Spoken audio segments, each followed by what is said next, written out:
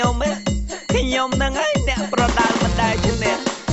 ប្រកួត90ដងមិនដែលចាញ់មិនដែលជំនះមិនដែលស្មើ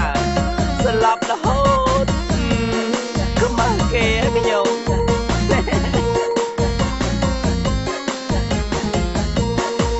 ខ្ញុំជាអ្នកប្រដាល់មិនដែលឈ្នះហាត់គុណតែនៅលើផ្ទាំងពួកខ្លាចគេឃើញបាញ់ណា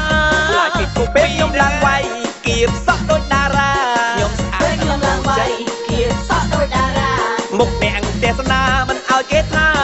ត្រង់អូទៅណាដៃលសាប្រកួតគឺខ្ញុំបែកញើសភ្នែកខ្ញុំមើលពូកែនឹងបងអាប់គេថាកបង់ខ្ញុំណែនាំលេប្រាប់កាត់ឡៃគៀបសក់ណោះហានៅខ្ញុំណែនាំលេប្រាប់កាត់ឡៃគៀបសក់ស្រាប់តែគេហក់វាយខ្ញុំឡើងសំឡប់ឈើកន្លែងនេះជាកន្លែងរិញផ្ដាល់ឡើងមកកុំខ្ជិលធ្វើចរិតចឹងគេបាត់កដាប់ដៃដើមជង្គង់កែងហក់កាប់ចានឡប់ស្ទាយ